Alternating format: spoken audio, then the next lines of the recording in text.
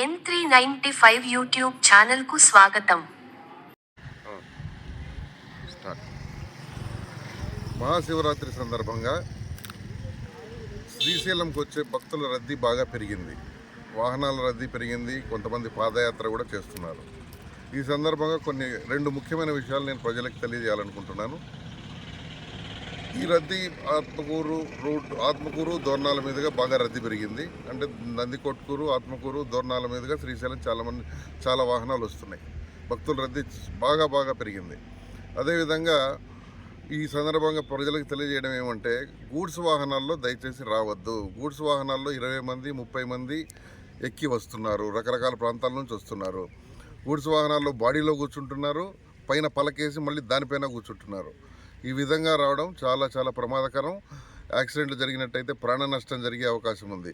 కాబట్టి గూడ్స్ వాహనాలను తప్పనిసరిగా మేము ఆపుతాము, కేసు రాస్తాము, వాహనం యొక్క పర్మిట్ రద్దు చేస్తాము, డ్రైవర్ లైసెన్స్ కూడా సస్పెండ్ చేస్తాం, వాహనాన్ని కోర్టుకు పెడతాం. దయచేసి ఎవరు కూడా గూడ్స్ వాహనాల్లో ప్రయాణం చేసి శ్రీశైలం మల్లన్న దర్శనానికి రావద్దండి. మీ వాహనాలు సీజ్ చేయబడితే కోర్టుకు కూడా పెడతాం.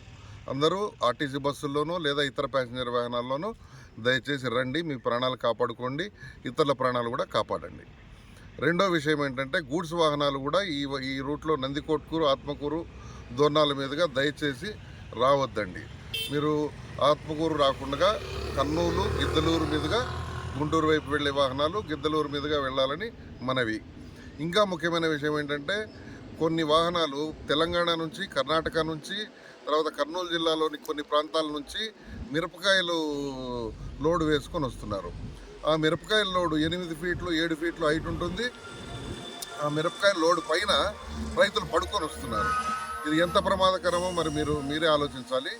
ఈ విధమైన వాహనాలు వస్తే కొన్ని ఓవర్లోడు ఉంటున్నాయి. ఓవర్ హైటు, ఓవర్లోడు ఈ 2 కేసులు రాస్తే 30,000 నుంచి 50,000 దాకా కేసు అవుతుంది. కాబట్టి అంత ఓవర్ హైట్ వేసుకోవద్దండి. ఈ మిరపకాయ లోడ్లు చాలా వస్తున్నాయి. రోజుకు 100-200 వాహనాలు వస్తున్నాయి. అవన్నీ కూడా మీరు దయచేసి నంద్యాల, గిద్దలూరు మీదుగా గుంటూరు వెళ్లాల్సిందిగా మనవి. దయచేసి ఈ రూట్లో వస్తే కేసులు రాస్తామని గుర్తుంచుకోండి.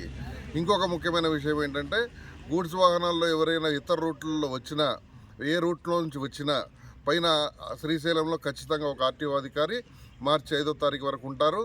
ఈ వాహనాలకు కూడా 20,000 30,000 నుంచి కేసులు రాసి వాహనం సీజ్ చేసి అన్ని రకాల చట్టపరమైన చర్యలు తీసుకుంటాము.